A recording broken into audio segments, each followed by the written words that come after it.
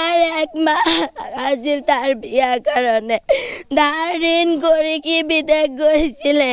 আমিৰ হুসেন 22 বছৰীয়া একেবাৰে কমলীয়া এগৰাকী যুৱক কেৰেলাৰ 5 মহল বিল্ডিঙৰ ওপৰৰ পৰা একেবাৰে মাটিত পৰি জীৱন একেবাৰে শেষ হৈ গ'ল।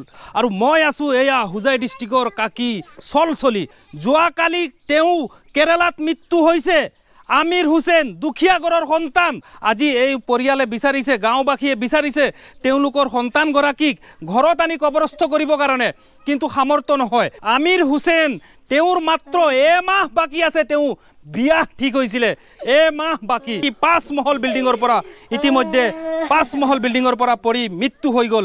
এয়া আমিৰ হুসেনৰ বন্তিৰ হাতত আমিৰ হুসেনৰ ফটো আৰু স্ক্ৰীনত চাই লওক এই ফটোসমূহ চাওক। আমিৰ হুসেন কিমান সুন্দৰ, চাওক কিমান আচলতে সুন্দৰ এগৰাকী তেওঁলোকৰ একমাত্ৰ সন্তান আমিৰ হুসেন।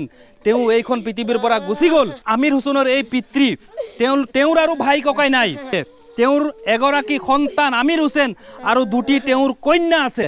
আজি তেওঁৰ শেষ ভৰসা আছিলে এই সন্তানগৰাকীৰ ওপৰত। এতিয়া যিহেতু ডাঙৰ দীঘল হৈছে, পৰিয়ালখন পোহপাল দিব, সেই সময়ত আমিৰ হুসেন এইখন পৃথিৱীৰ পৰা বিদায় লৈ গুচি গ'ল চিৰদিনৰ বাবে। বেছি দিন হোৱা নাই কেৰেলা গৈছে, 1 মাহ হোৱা নাই বিল্ডিঙৰ ওপৰত 5 মহল বিল্ডিঙৰ ওপৰৰ পৰা পৰি গুচি গ'ল। গতিকে এওঁলোকৰ যি কণমানি ঘৰৰ বাইটি আছে সাবিৰ উদ্দিনৰ স্ক্ৰীনত কণ্টেক্ট নম্বৰ দিয়া হৈছে, ফোনপে আৰু গুগল পে। আপোনালোকে এই পৰিয়ালটোক উদ্ধাৰ কৰি পেলাওক আপোনালোকে, নহ'লে আমিৰৰ ডেড বডি হয়তো কেৰেলাত হয়তো কবৰস্থ কৰিব লাগিব। গোটেই গাঁৱে কান্দি আছে। আজি গোটেই গাঁৱৰ ওচৰ চুবুৰীয়া হাৰ ঘণ্টাই ঘণ্টাই জমা হৈ আছে তেওঁলোকৰ ঘৰত, কান্দোনৰ ৰোল উঠি আছে। তেওঁলোকৰ শেষ আশা, শেষ ভৰসা এবাৰ তেওঁৰ মুখখন চাব লাগে, আমিৰ হুসেনৰ মুখ এবাৰ চাব লাগে আৰু কবৰস্থ কৰিব লাগে, জানজা দিব লাগে। প্লিজ অসমবাসী ৰাইজ এবাৰ আমিৰ হুসেনৰ মুখখন দেখুৱাবৰ কাৰণে ভিডিঅ'টো শ্বেয়াৰ কৰি দিয়ক। আমিৰ হুসেনৰ মুখখন তেওঁৰ বন্তিয়ে চাব লাগে, তেওঁৰ পিতৃয়ে চাব লাগে, তেওঁৰ মাতৃয়ে চাব লাগে। প্লিজ আপোনালোকে এই ফোনপে নম্বৰত আপোনালোকে সহায় কৰি দিয়ক। আপোনালোকে বন্তিয়ে কান্দি আছে, বন্তি ফটো লৈ। বন্তি আপোনালোকক ফোনপে নম্বৰটো ক'ব। বন্তি ফোনপে নম্বৰটো কৈ দিয়া। 6028080908।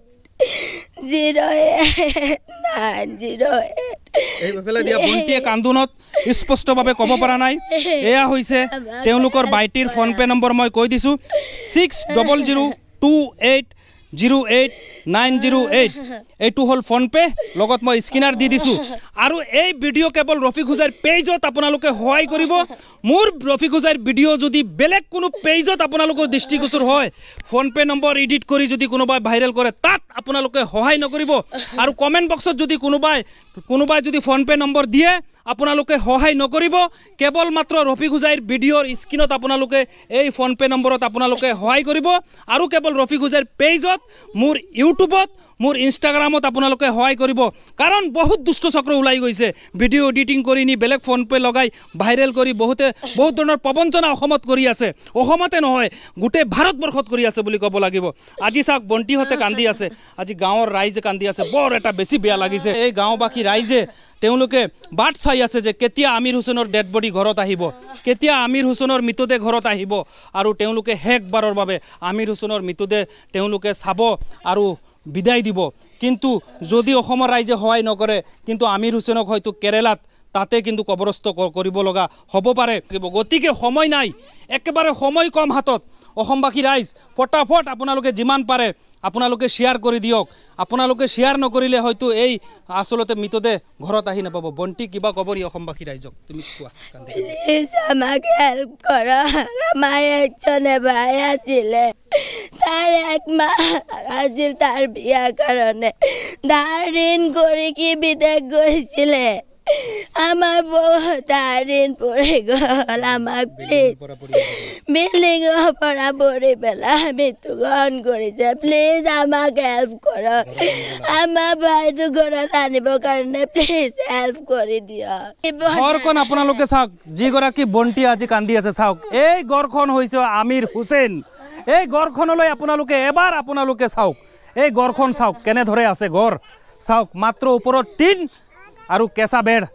এই ঘৰখনে হৈছে আমিৰ হুসেন, যিগৰাকী আমিৰ হুসেনে একমাত্ৰ মাতৃ, একমাত্ৰ পিতৃ আৰু ভণ্টিক আচলতে পোহপাল দিবৰ কাৰণে কেৰেলা গৈছে কেৰেলা আৰু সেই কেৰেলা গৈ 5 মহল বিল্ডিঙৰ পৰা একেবাৰে ক'বলৈ গ'লে চৰাইৰ দৰে হৰি পৰিল মাটিত আৰু চট পটাই তিল তিলকে এইখন পৃথিৱীৰ পৰা আমিৰ গুচি গ'ল কিন্তু আমিৰৰ বিয়া ঠিক হৈছিল 1 মাহ মাত্ৰ বাকী এনে কেনেকৈ সহ্য কৰিব পাৰে আপোনালোকে অকণমান চিন্তা কৰক মাতৃ দিনে নিশাই চেঞ্চলেছ হৈ আছে আৰু বন্তি দুগৰাকী আৰু কৈ লাভ নাই এয়া আমিৰ হুছেইনৰ তেওঁৰ লোকৰ বাইটিৰ ফোনপে গুগল পে নম্বৰ দিয়া হৈছে আপোনালোকে প্লিজ আজিৰ এই ভিডিঅ'টোত আপোনালোকে সহায় নকৰাকৈ আপোনালোকে আঁতৰি নাযাব আৰু আপোনালোকে শ্বেয়াৰ নকৰাকৈ আপোনালোকে মানৱতাৰ খাতিৰত শ্বেয়াৰ কৰি দিয়ক আপোনালোকে ধন্যবাদ।